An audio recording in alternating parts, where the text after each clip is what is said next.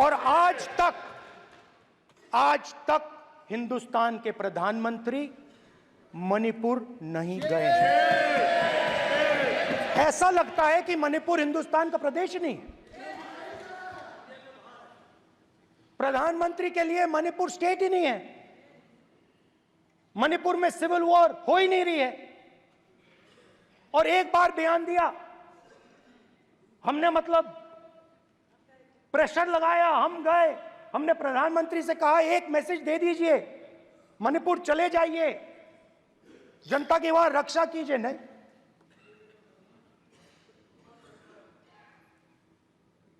मैं वहां गया, कुकीज और मेइतेई से दोनों से मिला। आज तक नहीं, आंसर नहीं मिलेगा, मिल नहीं सकता। मणिपुर इनके लिए हिंदुस्तान का प्रदेश ही नहीं है।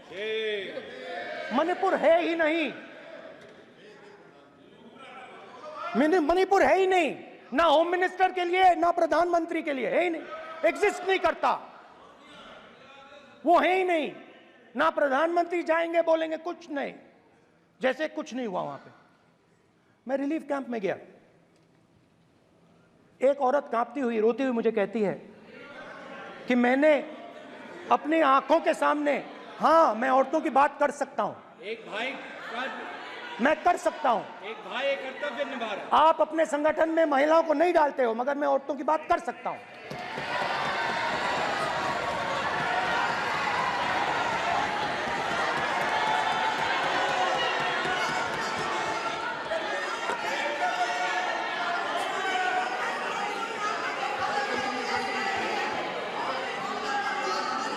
मुझे कहती है मैंने अपने आंखों के सामने, मेरे आंखों के सामने मेरे बच्चे को गोली मारी गई।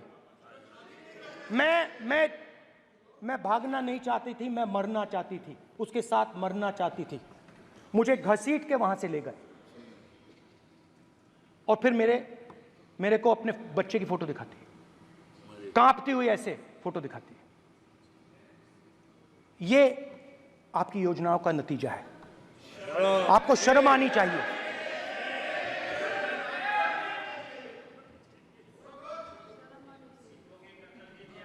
एक दिन प्रधानमंत्री 8 बजे कहते हैं, पता नहीं फाइन ट्यूनिंग हो गई भगवान के साथ, डायरेक्ट मैसेज भगवान, सर ने बोला है, सर प्रधानमंत्री ने ये बोला है, ये मैं नहीं बोल रहा हूं, प्रधानमंत्री ने बोला है कि मेरा डायरेक्ट कनेक्शन है भगवान के साथ, मैंने नहीं बोला, मैंने नहीं बोला। Social media chief also board भगवान जगन्नाथ। एक मिनट प्लीज, एक मिनट तो एक मिनट माननीय राहुल गांधी जी, एक मिनट, माननीय सुरेश, एक मिनट प्लीज, एक मिनट रविशंकर जी प्लीज, एक मिनट। माननीय सदस्यगण, आप वरिष्ठ नेता हैं, सदन के नेता होते माननीय प्रधानमंत्री जी, और हम सबको माननीय प्रधानमंत्री जी का सम्मान करना चाहिए। ये सदन में हमेशा उच्च कोटि की परंपरा मर्यादा रही है। नो सर, नहीं, गौरव, अगर आपको स्पीकर सर, मैं की पुरानी पार्टी है। गौरव, स्पीकर सर, मैं रिस्पेक्ट कर रहा हूं, ये प्रधानमंत्री के शब्द हैं, मेरे शब्द नहीं हैं। ये प्रधानमंत्री जी ने कहा है, पब्लिक में, मीडिया को कहा है कि मैं बायोलॉजिकल नहीं हूं, मेरा डायरेक्ट कनेक्शन भगवान के साथ है। मैं नहीं बोल रहा हूं, प्रधानमंत्री मोदी जी ने बोला है। तो पता नहीं उस टाइम 8 बजे भगवान का मैसेज आया होगा, हिंदुस्तान, वही, मगर फिर श्री राम ने आपको दूसरा मैसेज दे दिया अयोध्या में। संविधान और लोकतंत्र का स्पिरिट क्या होता है? जब गुजरात के 50 वर्ष हुए, गोल्डन जुबली ईयर मना रहे थे, और सद्भाग्य से मुझे उस समय मुख्यमंत्री के रूप में सेवारत था मैं, तो हमने एक महत्वपूर्ण निर्णय किया। हमने किया इस गोल्डन जुबली ईयर में पिछले 50 वर्ष में सदन में जितने भी गवर्नर के भाषण हुए हैं, मतलब उस समय की सरकारों का ही वाहवाही उसमें होती है, हमने कहा कि उन 50 साल में जितने भी गवर्नर के भाषण हुए हैं सबको ही एक पुस्तक के रूप में तैयार किया जाए, ग्रंथ बनाया जाए, और आज सभी लाइब्रेरीज में वो ग्रंथ अवेलेबल है। मैं तो बीजेपी वाला था, गुजरात में तो ज्यादातर कांग्रेस की सरकारें रही थी, उन सरकारों के गवर्नर के भाषण थे, लेकिन उसको भी प्रसिद्ध कराने का काम भाजपा से बना एक मुख्यमंत्री कर रहा था। क्यों? हम संविधान को जीना जानते हैं, हम संविधान को समर्पित हैं, हम संविधान के स्पिरिट को समझते हैं। आदरणीय अध्यक्ष जी, आप जानते हैं 2014 में जब हम आए तब मान्य विपक्ष नहीं था, रिकॉग्नाइज्ड अपोजिशन पार्टी नहीं थी, उतने अंक भी लेकर के कोई नहीं आए थे। भारत के अनेक कानून ऐसे थे कि हमें पूरी स्वतंत्रता थी उस कानून के हिसाब से काम करने की। अनेक कमेटियां ऐसी थी जिसमें लिखा था लीडर्स ऑफ अपोजिशन उसमें आएंगे, लेकिन अपोजिशन था ही नहीं, रिकॉग्नाइज्ड अपोजिशन नहीं था। ये हमारा संविधान जीने का स्वभाव था, ये हमारा संविधान का स्पिरिट था, ये हमारी लोकतंत्र की मर्यादाओं का पालन करने का इरादा था। हमने तय किया कि भले मान्य विपक्ष नहीं होगा, रिकॉग्नाइज्ड अपोजिशन नहीं होगा, लेकिन जो सबसे बड़े दल का सब नेता है उसको मीटिंगों में बुलाएंगे। ये लोकतंत्र का स्पिरिट होता है, तब होता है।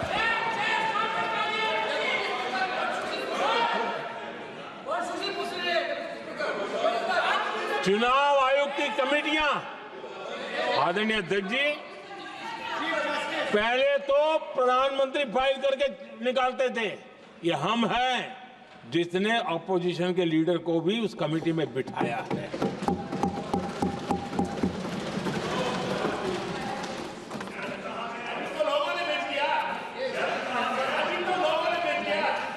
और हमने इसके लिए कानून भी बनाया, और आज विधिवत रूप से इलेक्शन कमीशन बनेगा तो अपोजिशन लीडर भी उसके निर्णय की प्रक्रिया में हिस्सा होंगे। ये काम हम करते हैं, और ये मैंने पहले ही कहा, हम इसलिए करते हैं कि हम संविधान को जीते हैं। आदरणीय अध्यक्ष जी, दिल्ली में आपको कई स्थान ऐसे मिलेंगे जहां कुछ परिवारों ने अपने म्यूजियम बना करके रखे हुए हैं।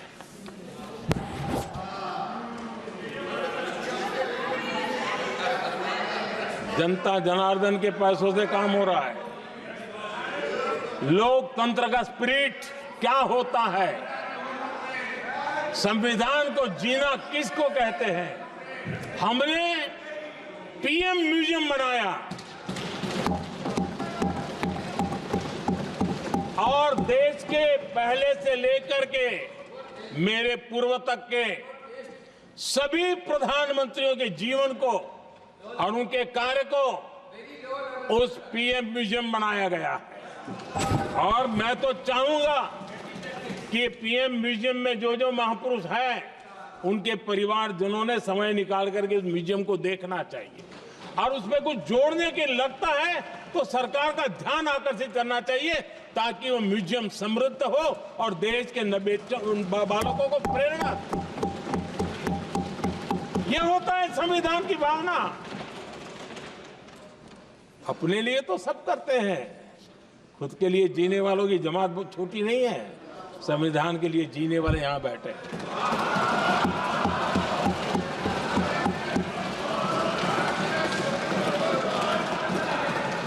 आदरणीय अध्यक्ष जी, जब सत्ता सेवा बन जाए तो राष्ट्र निर्माण होता है। जब सत्ता को विरासत बना दिया जाए तब लोकतंत्र खत्म हो जाता है।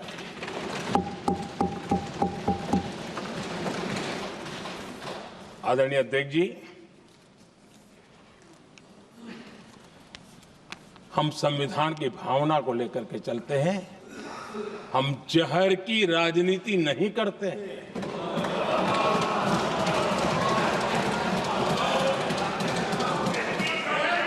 हम देश की एकता को सर्वोपरि रखते हैं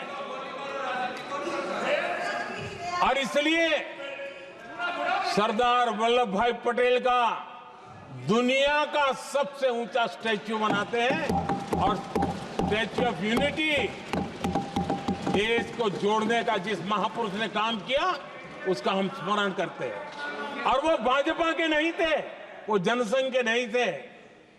हम संविधान को जीते हैं, इसलिए इस सोच से आगे बढ़ते हैं।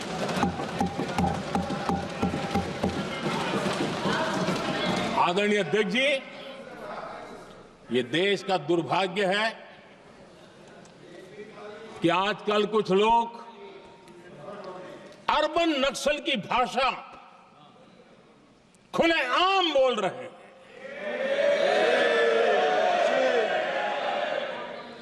और अर्बन नक्सल जिन बातों को बोलते हैं, इंडियन स्टेट के सामने मोर्चा लेना, ये अर्बन नक्सल की भाषा बोलने वाले इंडियन स्टेट के खिलाफ लड़ाई की घोषणा करने वाले न संविधान को समझ सकते हैं, न देश की एकता को समझ सकते हैं।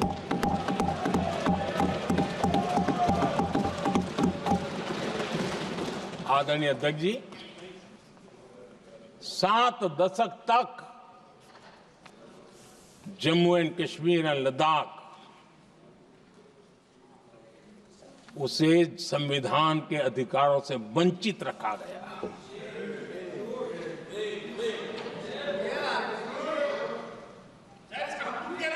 ये संविधान के साथ भी अन्याय था और जम्मू कश्मीर और लद्दाख के लोगों के साथ भी अन्याय था। हमने आर्टिकल 370 की दीवार गिरा दी।